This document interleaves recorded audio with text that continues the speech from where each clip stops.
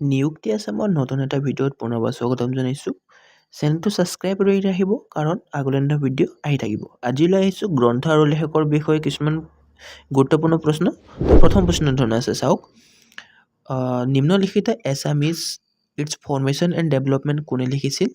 Option আছে doctor Maheswar Neog, Krishnakanta Sandikai, doctor Banikanta Kakati, Anandaram Barua.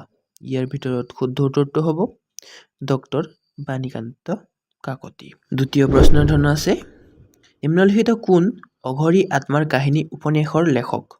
Option A Krishnakanta Sandikai, doctor Maheswar Neog, Anandaram Barua আৰু option D আছে ছায়েদ আব্দুল মালিক। তো ইয়াৰ শুদ্ধ উত্তৰটো হ'ব অপশ্যন ডি ছায়েদ আব্দুল মালিক।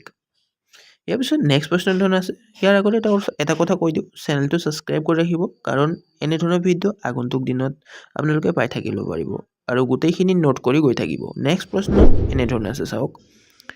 প্ৰথম অসমীয়া অভিধান কাৰ দ্বাৰা সংকলিত কৰা হৈছিল? অপশ্যনবোৰ আছে ছায়েদ আব্দুল মালিক, অপশ্যন বি আনন্দৰাম বৰুৱা, কৃষ্ণকান্ত সন্দিকৈ আৰু ডক্টৰ মাইল বনছন।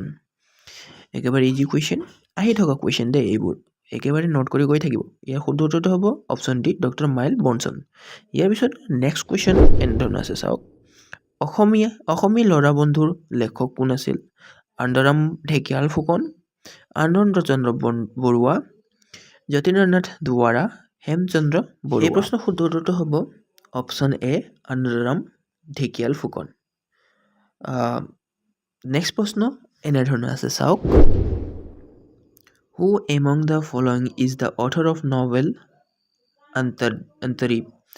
অন্তৰীপ লেখক কোন আছিল? ছায়েদ আব্দুল মালিক, আনন্দৰাম বৰুৱা, ভৱেন্দ্ৰনাথ শইকীয়া, ডক্টৰ মহেশ্বৰ নেওগ। ইয়াৰ শুদ্ধ উত্তৰটো হ'ব ভৱেন্দ্ৰনাথ শইকীয়া, অপশ্যন চি। ইয়াৰ পিছত নেক্সট প্ৰশ্ন এনেধৰণৰ আছে চাওক।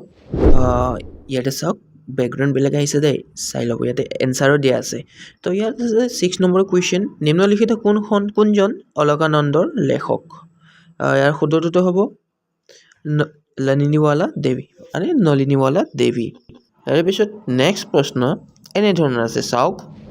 Next, who was the author of the a few remark on Assamese language? A few remark on Assamese লেংগুৱেজৰ লেখক কোন আছিল?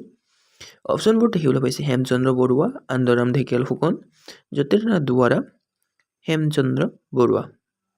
আচ্ছা, ইয়াৰ শুদ্ধ উত্তৰটো হ'ব আনন্দৰাম ঢেকিয়াল ফুকন, অপশ্যন বি। ইয়াৰ পিছত নেক্সট প্ৰশ্ন ধৰণৰ আছে চাওক। প্ৰথম মুদ্ৰিত অসমীয়া গ্ৰন্থ ধৰ্ম পুস্তক কোনে লিখিছিল? Option A Atmaram Sharma, B Bhattadev, C Janadhiram Baruah, D Hemchandra Goswami. ইয়াৰ পৰা শুদ্ধ উত্তৰটো হ'ব অপশ্যন এ আত্মাৰাম শৰ্মা। ইয়াৰ পিছত নেক্সট প্ৰশ্ন, who was the editor of Assamese Pandya Buranji? Asomiya গদ্য বুৰঞ্জীৰ টাইপিং মিছ হৈছে, গদ্য বুৰঞ্জী বা অসমৰ মেট্ৰিক ক্ৰনিকল সম্পাদক কোন আছিল? ইয়াৰ শুদ্ধ উত্তৰটো হ'ব সূৰ্য Kumar Bhuyan.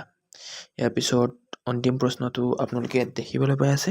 The Kirtan Ghosha is collection of the poetical work primary composed by? Kirtan Ghosha হৈছে কাব্যিক ৰচনাসমূহৰ এক সংকলন। মুখ্যতঃ ইয়াক কোনে ৰচনা কৰিছে? ইয়াৰ শুদ্ধ উত্তৰটো হ'ব শ্ৰীমন্ত শংকৰদেৱ, মহাপুৰুষ মহাদেৱ, ৰাম সৰস্বতী, মাধৱ কন্দলী। ইয়াৰ ভিতৰত শুদ্ধ উত্তৰটো আমি সকলোৱে জানো, আমাৰ দেৱ, অপশ্যন এ শ্ৰীমন্ত শংকৰদেৱ। ইয়াৰ পিছত এটা অপশ্যনেল কুৱেশ্যন বনাছত আনিছোঁ।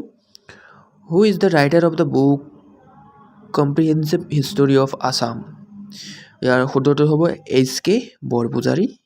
ইয়াৰ পিছত নেক্সট প্ৰশ্ন অহাৰ আগতে এটা কথা ক'বলৈ মই বিচাৰোঁ, যদি আপোনালোকে নতুনকৈ আমাৰ চেনেলটো ছাবস্ক্ৰাইব কৰি আছে, চাই আছে, তেন্তে আমাৰ চেনেলটো ছাবস্ক্ৰাইব কৰিব, আগলৈ ধৰণৰ ভিডিঅ' পাই থাকিব পাৰিব।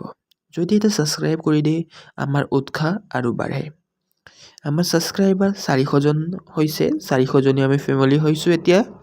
তো আপোনালোকে যদি সহায় কৰে আমি আগলৈ আগবাঢ়ি যাব পাৰিম আৰু আমি একেলগে বহু ধৰণৰ কুৱেশ্যন আমি ছল্ভ কৰিব পাৰিম। গতিকে সময় নষ্ট নকৰোঁ, বলক আজিৰ অন্তিম প্ৰশ্ন চাওঁ। উপন্যাস গংগা চিলনীৰ পাহিৰ লেখক কোন আছিল? শুদ্ধ উত্তৰটো হ'ব লক্ষীনন্দন বৰা আজিলৈ এইখিনিয়ে